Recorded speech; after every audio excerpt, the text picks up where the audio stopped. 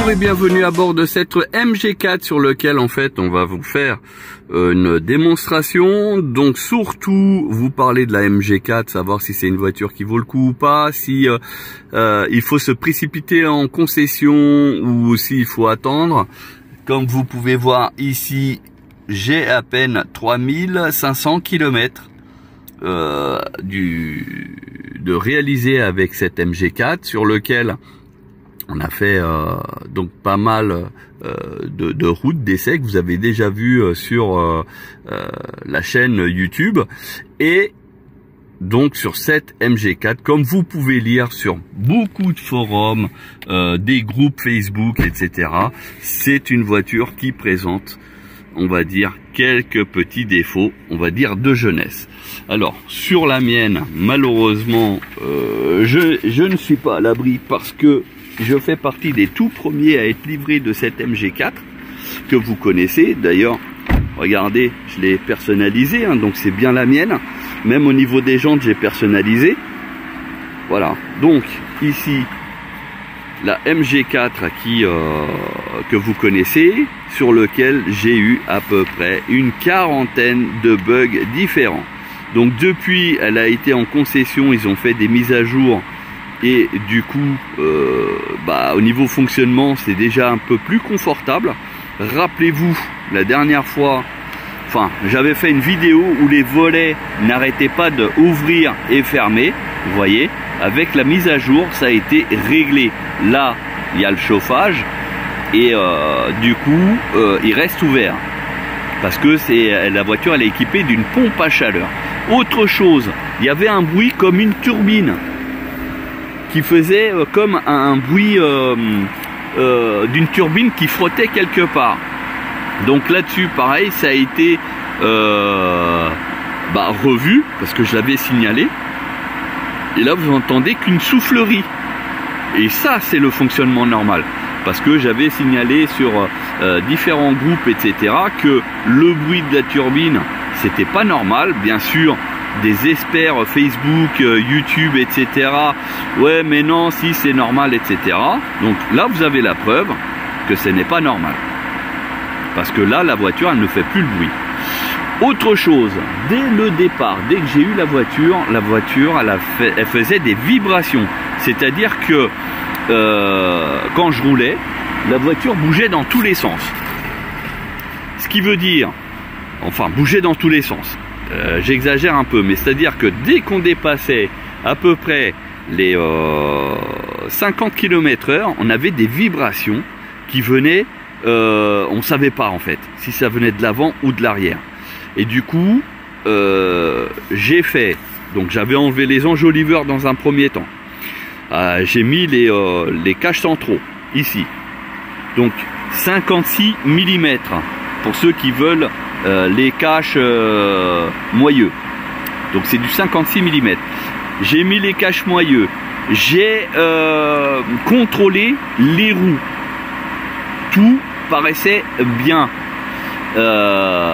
J'ai continué à rouler. Il n'y a pas eu de changement. Par contre, j'avais aussi un défaut très présent qui était la pression des pneumatiques. Il n'y avait pas un jour où je n'avais pas j'avais cet affichage là tous les jours au démarrage, malgré que la pression était bonne. Donc quand j'ai déposé en concession, ils ont permuté les roues, c'est-à-dire qu'ils ont enlevé les roues de devant, ils ont mis derrière, ils ont contrôlé l'équilibrage. Sur la mienne, il manquait quelques grammes, vraiment rien qui pourrait justifier la vibration, mais ils ont quand même équilibré. Je crois que c'était à l'ordre de 5 grammes, hein, ce qui est vraiment rien, surtout sur une voiture neuve. Résultat des courses, j'ai la vibration maintenant qui est un peu différente. Elle est parfaite, je la perçois quand même. Il suffit, par exemple, moi, ce qui m'alerte, c'est mon petit Sambon là du garage qui est au rétroviseur et lui il vibre. Voilà. C'est lui qui fait ça, et au niveau du siège, on le sent. Donc, du coup, comme je suis garagiste, j'ai retiré les roues moi-même et j'ai contrôlé. Donc, j'ai été chez un confrère qui a un contrôle en fait pour savoir si les jantes elles sont voilées, etc. Et en fait, il s'avère que les pneus sont déformés. Donc les Continental d'origine, ici, bah en fait, ils sont légèrement déformés. Et c'est pour ça que la voiture vibre. C'est même pas parce qu'à un moment donné, je me suis dit bon bah ça doit être un triangle, un cylindre bloc, c'est un truc comme ça qui pose problème. Et puis au final, non, c'est tout simplement bah les pneus, vu qu'ils sont déformés, bah automatiquement on aura ce problème. Et pour le résoudre, bah, il faut changer les pneus. Voilà, donc ça c'est dommage. Après, sur la voiture, donc vous voyez, hein, j'essaye d'en prendre soin quand même. J'ai énormément de bugs. Et quand je vous dis énormément de bugs, donc j'ai eu, et pour ceux qui ont suivi, j'ai eu 2 fois la fuite de boîte. C'est-à-dire qu'il y avait eu un premier rappel du constructeur au mois de novembre pour dire qu'il fallait faire une vidange de boîte. Donc moi je l'ai eu. J'ai roulé, je crois, à peine une semaine ou 15 jours avec, et j'ai eu à nouveau la fuite de boîte. Voilà, donc après il y a eu un rappel et un reniflard à mettre en place sur le véhicule. Et du coup, bah, jusqu'à aujourd'hui, donc ça fait vraiment très peu de temps hein, que j'ai récupéré la voiture, bah, ça fait une semaine. Pour le moment, je n'ai pas l'air d'avoir la fuite. En tout cas, elle est parvenue. Sur cette MG4, je n'ai pas eu de déformation du carter sous le châssis. C'est-à-dire que les protections batterie et même de la boîte de vitesse, je n'ai pas eu de déformation. Il y en a qui se sont plaints de ce problème-là. Pour ma part, j'en ai pas eu.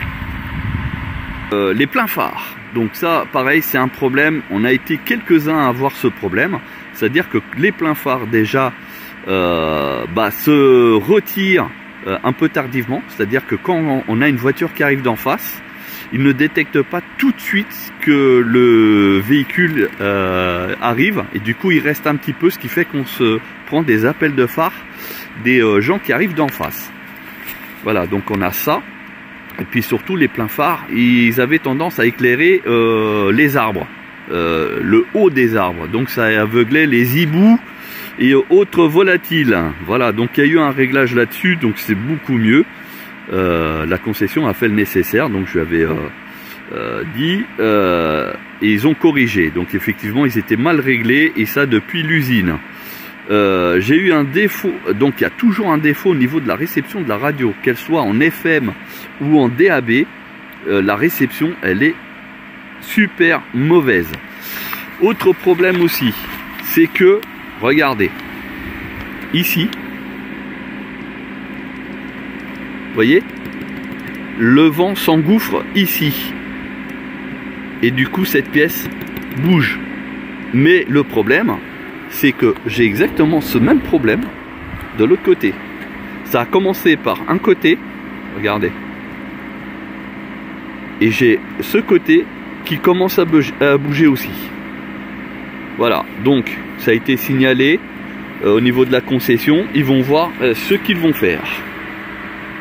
Après, on a donc le maintien dans la voie sur ce modèle, malheureusement, c'est assez catastrophique. Sur mon véhicule perso, elle a eu des envies de suicide. C'est-à-dire que pour aucune raison, la voiture voulait aller dans le fossé. Qu'il y ait les lignes au sol ou pas, c'était le même résultat. Donc moi j'ai eu ce problème, je l'ai signalé, et ça a été dès le premier jour. Et bon, il y a eu une mise à jour qui a été mise dessus, ça a légèrement corrigé. Donc là maintenant elle a plus des envies de suicide, mais elle continue quand même ses embardées, des coups de violent. Donc ça fait un effet ping-pong très désagréable. Voilà, donc il y a aussi donc les fameux plastiques là que je vous ai montré. Bah, à cause de ça, je pense que ça explique les bruits de vent qu'on a au niveau de l'avant, parce qu'il y a aussi les bruits arrière à cause du béquet arrière sur la version Luxury. Pourquoi? Parce que en fait, comme vous pouvez voir ici, on a une jonction entre le orange, le plastique orange et le plastique noir qui est en plein face au vent. parce que la voiture, quand elle roule, le vent cogne comme ça, et du coup, la jonction étant vraiment exposée au vent, le vent s'engouffre et provoque des sifflements et des bruits. Et par rapport à ça, effectivement, on ne peut que avoir du bruit. D'ailleurs, encore une fois, des experts Facebook, YouTube et des forums ne voulaient pas entendre raison. C'est très simple, hein. Les utilisateurs, vous avez une luxurie, vous mettez du scotch, là, au niveau du cerclage, et vous verrez que par enchantement, vous n'avez plus de bruit. Et le bruit, là, il s'entend depuis les passagers arrière, donc c'est très désagréable pour eux. Sachant que nous, déjà, on peut l'entendre depuis l'avant, hein. Donc c'est pour vous donner l'ampleur du problème. Donc, il y avait aussi les plastiques que vous aviez vu dans une de mes vidéos où c'était très rayé. Donc c'est livré neuf, rayé. Il y en a même eu certains qui ont eu la partie arrière rayée. Bon là, comme il fait -1, donc là c'est du givre, hein, mais il y en a aussi, il y a eu le problème de condensation à l'intérieur des feux. Donc quand la voiture est neuve et que vous avez de la condensation, je dirais que c'est tout à fait normal et il n'y a pas de problème à ça. Par contre, si ça dure dans le temps et que ça fait des gouttelettes d'eau, là par contre ce n'est pas normal. Voilà, donc à voir avec votre concessionnaire et surtout mentionner les différents problèmes, parce que on a eu aussi des discours de personnes, oui mais au prix qu'on a payé la voiture, il est normal d'avoir des défauts. Alors pour cela, je vous le dis clair et net, non, ce n'est pas normal. On paye une voiture à un prix avec des équipements qui sont mentionnés. Il est normal de retrouver le véhicule de son plein fonctionnement avec les équipements numérés. Voilà, c'est tout, hein, on ne demande pas plus. Mais le minimum, c'est ce qui est marqué sur la fiche technique du véhicule, qu'elle soit respectée et en bon état de fonctionnement. Il y a eu quelques-uns qui ont eu de la buée sur les phares avant. Bon, ça, c'est pas très normal. Moi, je l'ai pas eu. Le Follow Me, donc c'est en fait ni plus ni moins l'éclairage. Une fois que vous quittez la voiture elle éclaire encore pendant quelques secondes. C'est ce qu'on appelle le Follow Me. Et ben sur ma voiture, c'est la Luxury, donc la toute option. Bah, il fonctionne pas. Voilà, il y a la date d'aujourd'hui, même avec les mises à jour, il fonctionne toujours pas.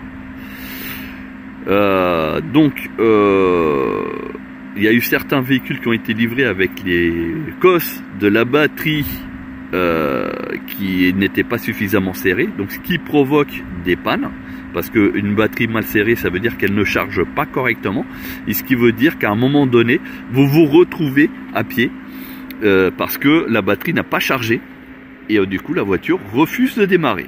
Donc ça peut être un problème.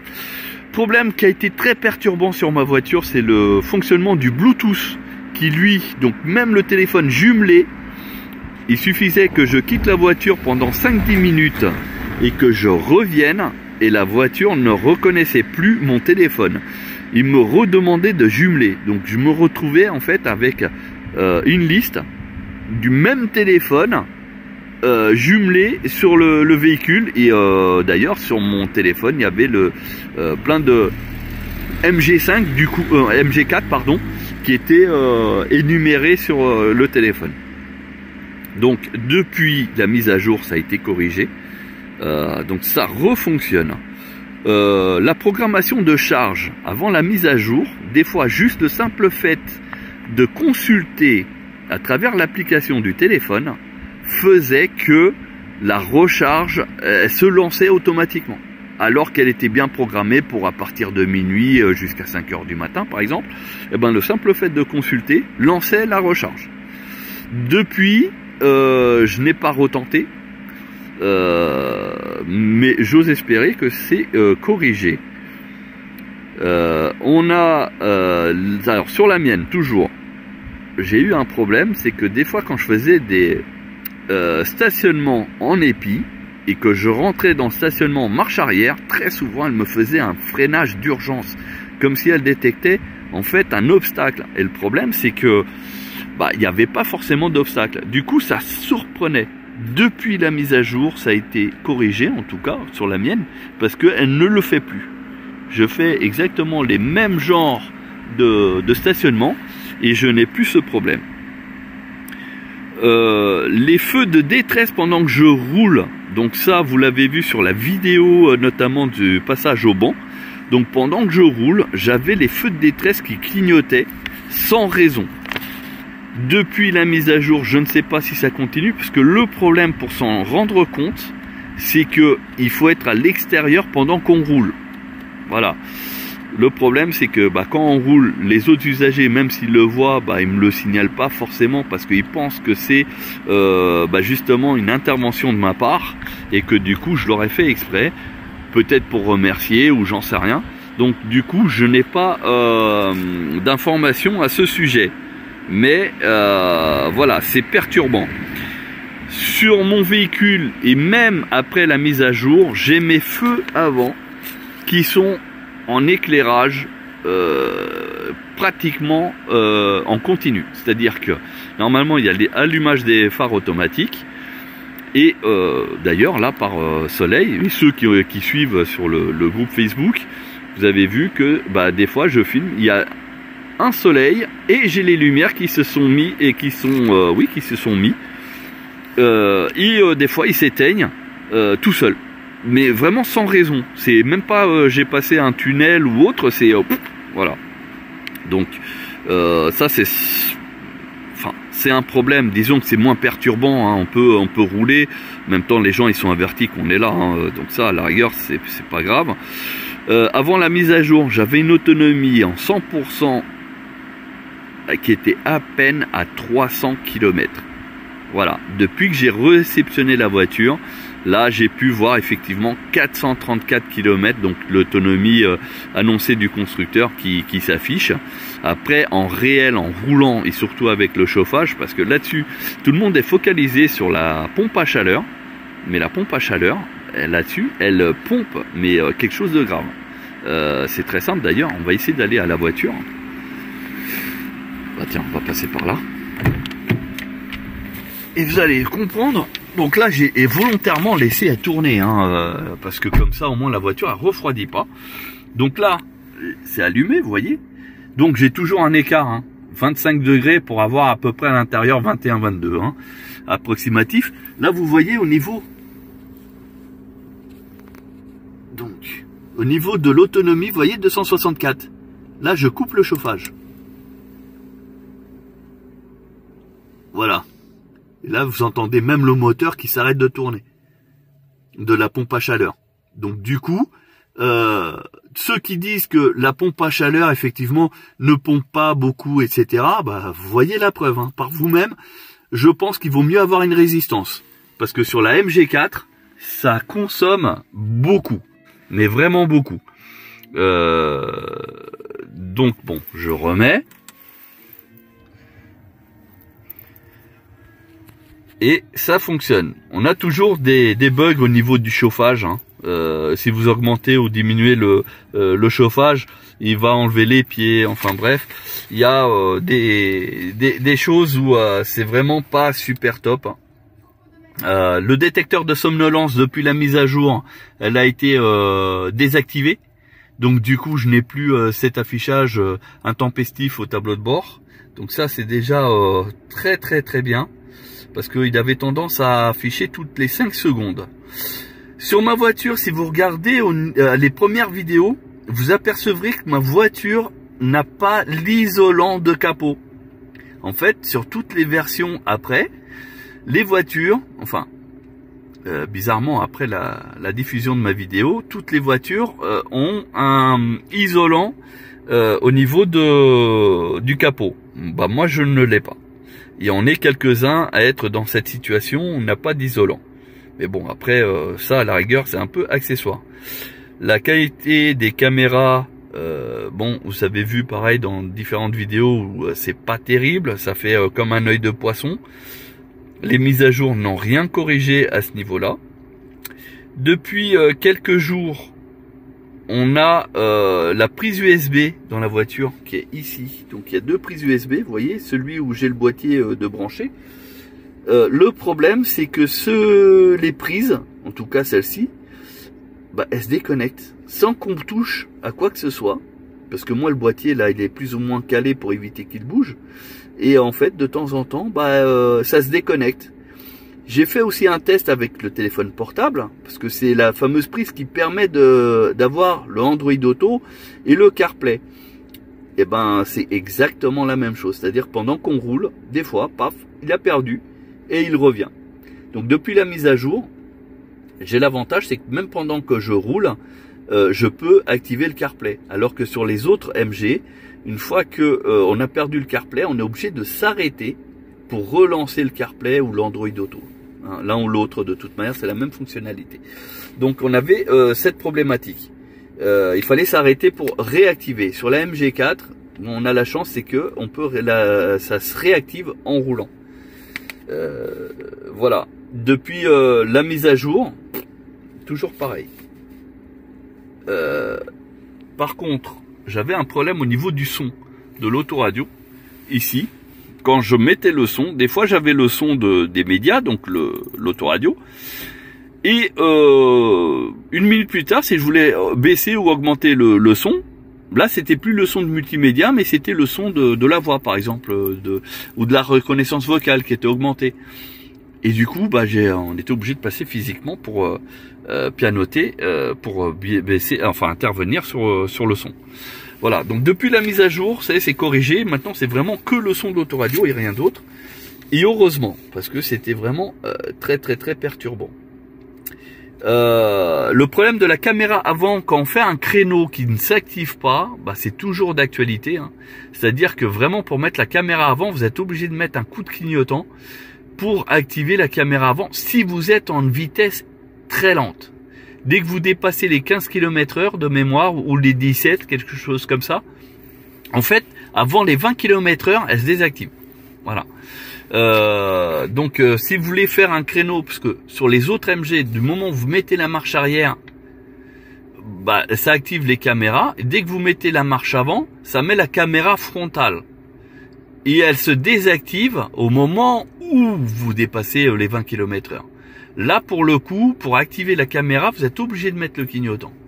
Et ça, c'est un fonctionnement qui est pas super. La mise à jour a été faite. Le fonctionnement est toujours le même. Sur mon véhicule, a priori, je suis un cas isolé. Quand il pleut ou quand il y a une forte humidité, je me ramasse des coups de châtaigne. Alors, quand je dis châtaigne, c'est des coups électriques. Quand je ferme la portière, quand je quitte le véhicule, je ferme la portière, donc je touche la portière et je me prends une décharge électrique. Voilà, donc ça réveille un peu, je vous le cache pas. Et parfois, il doit y avoir une tension un peu importante. Ça fait même un bruit quand je touche la portière, ça fait un bruit électrique. Voilà.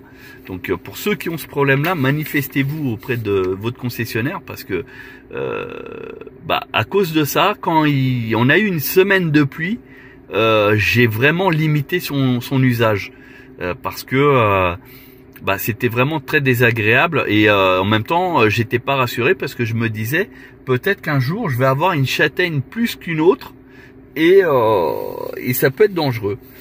Donc j'ai eu ça. La consommation, comme vous pouvez le constater, là je vais vous le remettre. Avant la mise à jour, je n'avais pas ici les consommations graphiques, c'est-à-dire que mon graphique il s'arrêtait à 1 cm seulement. Il n'allait pas jusqu'aux 50 km, parce qu'en fait là il vous dit par rapport à votre consommation sur les 50 derniers kilomètres effectués. Et vous avez ici, donc ça a toujours fonctionné, il n'y a pas eu de problème. Mais ici, ça, donc depuis la mise à jour, vous voyez, là ça refonctionne, il n'y a pas de souci. Et heureusement, j'ai des problèmes avec l'enrouleur de ceinture de sécurité centrale arrière qui veut s'enrouler sur elle-même. Donc pour ceux qui ont des enfants, etc., je pense qu'ils savent de quoi je parle. Donc depuis, ils ont essayé de corriger. Et ça a l'air de tenir, parce que regardez, la ceinture, elle est bien à sa place. Je parle bien de la version centrale. Parce que d'habitude, quand elle n'est pas à sa place, la ceinture, en fait, elle n'est pas plaquée contre le dossier. Voilà. Mais ça, c'était... Alors, moi, sur la mienne, j'ai le sélecteur de vitesse qui a tendance à se bloquer. Je vais essayer de vous le montrer. Ici. Donc, je ne suis pas... Regardez. Vous voyez? Il s'est bloqué. Alors que normalement, c'est censé être fluide. De l'autre côté, pareil. Voilà, il veut pas trop. Peut-être que le froid a rétracté, du coup ça passe. Mais sinon, moi la mienne a tendance à rester bloquée, elle reste comme ça. Et des fois, je suis obligé de tapoter et paf, et il revient. Donc ça, c'est pareil. Alors, ce qui est bizarre, c'est que c'est le même sélecteur de vitesse sur les ZS. Donc du coup, c'est un peu perturbant. Là, ça fonctionne plus ou moins. Vous avez vu que la première fois, ça a un peu résisté et puis voilà, c'est revenu. Alors, sur mon véhicule, pareil, j'ai des freinages fantômes.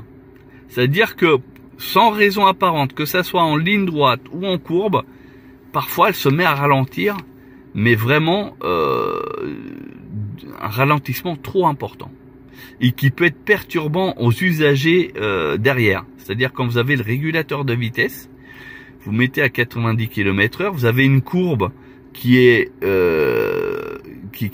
douce, hein. D'ailleurs il n'y a pas de baisse de vitesse d'ailleurs, donc vous l'attaquez à 90 parce qu'elle passe sans problème, et ben la voiture va se mettre à ralentir, chose qu'avant elle ne faisait pas avant la mise à jour. J'avais un ralentissement mais pas aussi prononcé. Aujourd'hui, après la mise à jour, c'est vraiment des ralentissements très très prononcés qui en deviennent, je dirais, dangereux pour les autres usagers qui me suivent derrière. Et ça, c'est pas normal. Sinon, le régulateur de vitesse adaptatif fonctionne relativement bien. J'ai pas à me plaindre là-dessus. Je me suis jamais plaint d'ailleurs. Même les marches de sécurité, tout ça, ça fonctionne. Et puis après, pour la partie sécurité, je trouve que l'anti-brouillard central arrière est vraiment très très faible. D'ailleurs, je vais vous le remontrer. D'ailleurs, j'ai les lumières sont éteintes. Ah, mais la voiture, elle doit être éteinte aussi. Je vais vous le montrer. Regardez. Ici, l'anti-brouillard arrière, il est vraiment ici au sol. Et le problème, c'est que quand il est allumé, ça fait comme une espèce d'une veilleuse et pas un gros éclairage. Et on s'est rendu compte de ça à un moment donné où je me suis retrouvé avec un grand brouillard, en fait, épais dans mon secteur. Et du coup, les voitures me voyaient pas. Donc du coup, j'en ai parlé à la concession. Je pense que là, ce feu-là, l'ampoule ici, il faut la changer et mettre une ampoule beaucoup plus puissante. Enfin, surtout une ampoule à LED beaucoup plus puissante, de manière à ce que ça soit beaucoup plus visible. Parce qu'en plus, là où il est placé, franchement, c'est pas super top. C'est pas super visible. Voilà, donc là-dessus, il y a ça. Sinon, après, pour le reste... ça reste correct. C'est des petits bugs que beaucoup vont dire que oui, voilà, c'est des bugs de jeunesse, etc. Mais on va dire que pour que ça soit corrigé assez rapidement, il est quand même conseillé que tout le monde qui a des problèmes aille en concession justement pour les signaler, de manière à ce que y a un correctif qui soit fait, parce que après on peut comprendre que le constructeur n'est pas forcément la remontée de tous les bugs. Il en a peut-être qu'il reconnaît, mais il y en a d'autres où il a jamais eu, du coup il peut pas deviner. Donc c'est pour ça, évitez de casser la marque en disant que c'est de la merde, etc. Voilà, il y a des lacunes. Vous allez sur des groupes d'autres constructeurs, etc. Vous verrez qu'ils ont aussi leurs péripéties. Malheureusement, en 2023, avoir un véhicule commercialisé qui fonctionne nickel, a priori, c'est devenu interdit parce que tous les constructeurs ont des problèmes dès leur sortie de leur modèle. Donc, il y a des constructeurs et MG en fait partie, qui font des correctifs très rapides. Donc du coup, ça peut fonctionner. Là, sur la mienne, malheureusement, j'ai encore des bugs qui persistent, malgré les mises à jour. Donc je pense qu'ils ont fait un premier jet pour vraiment enlever l'aspect dangerosité de certaines fonctions, etc., pour que ça soit un peu mieux. Et puis là, je viens de m'apercevoir que au niveau de mes freins arrière, vous voyez, c'est comme s'il y avait des espèces de corps étrangers, et du coup il est rayé. Ça fait comme un disque de musique, ça fait des sillons, et au toucher, effectivement j'ai des sillons.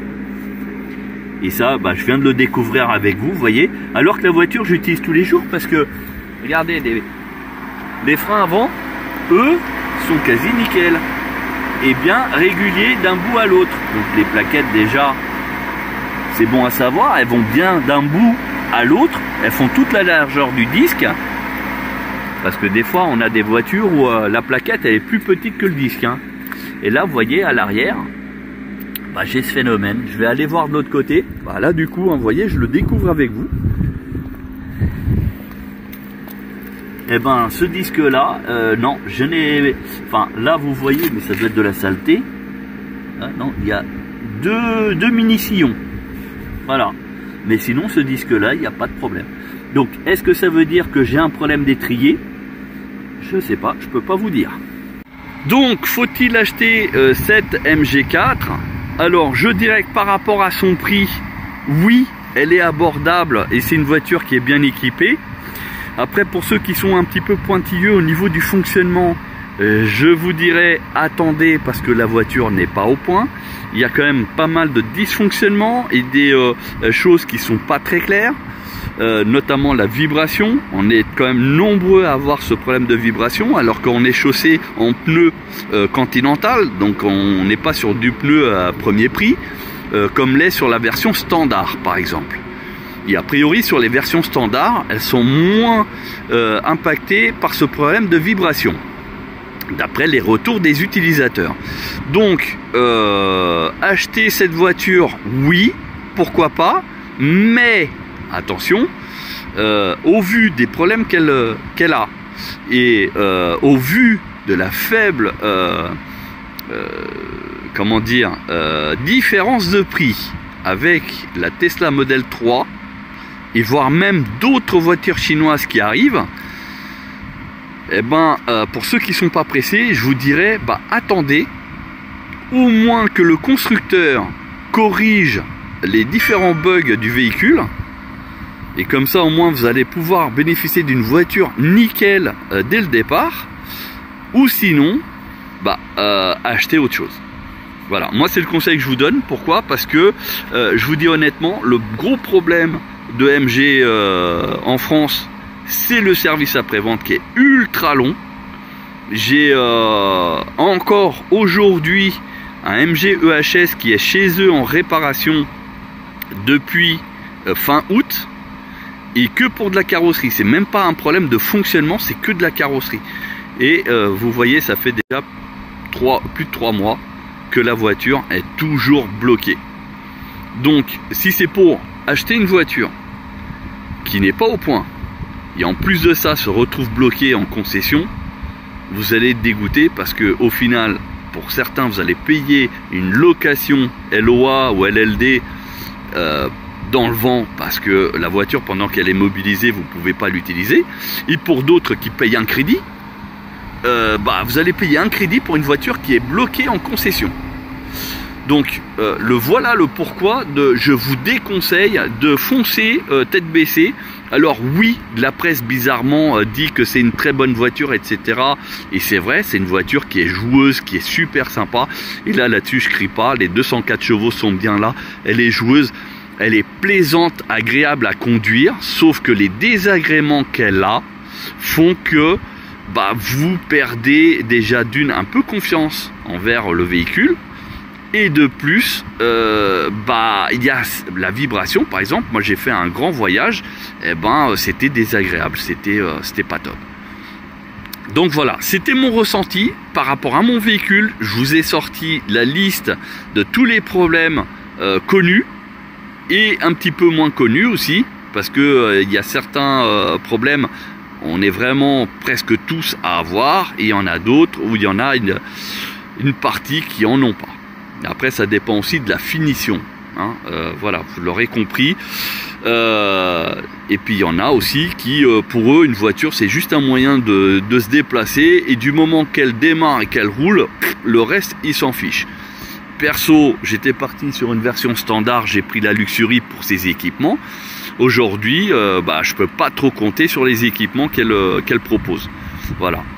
Cependant, je l'ai quand même personnalisé parce que c'est une voiture que j'aime bien quand même, donc je l'ai personnalisée. Je vais continuer à la personnaliser, mais j'espère honnêtement que MG fera les correctifs très rapidement. Et d'ailleurs, je ferai une vidéo et un retour sur les équipements, parce que là, je viens de vous faire un retour après les mises à jour, mises à disposition par MG à travers les concessions. Donc, et c'est pour ça que je fais cette vidéo, parce que pour informer que même après mise à jour, j'ai toujours des problèmes de fonctionnement. Donc bien sûr, je m'engage à, dès qu'il y aura des nouvelles mises à jour et résolution de problèmes, bien sûr, je vous en ferai part. Et à ce moment-là, il est fort possible que je vous invite à aller en concession commander la voiture, parce que à ce moment-là, elle sera peut-être au top. Et là, vous prendrez votre pied à la conduire.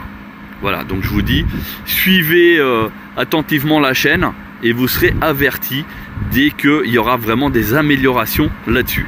Sinon, en attendant, vous avez la page du groupe Facebook qui est disponible, le Fan Club MG Motor FR, sur lequel vous allez pouvoir poser des questions, mais aussi et surtout discuter sur les modèles. Si vous avez des questions, si vous avez constaté quelque chose aussi sur votre véhicule, etc. Donc n'hésitez pas. Et pour les concessionnaires, bien sûr, c'est un moyen aussi pour pouvoir vous exprimer avec les consommateurs, et sur lequel vous pouvez donner aussi des réponses, etc. Parce que je sais que le service après-vente MG, voilà, c'est une grosse lacune. Malheureusement, ça fait maintenant 3 ans qu'MG existe en France et on a toujours les mêmes problématiques. Et maintenant, il faut vraiment que ça évolue de ce côté-là. Voilà. Je vous remercie pour cette vidéo qui a été beaucoup plus longue que d'habitude, mais au moins vous avez un peu plus d'informations. Sur ce, bonne journée, à bientôt.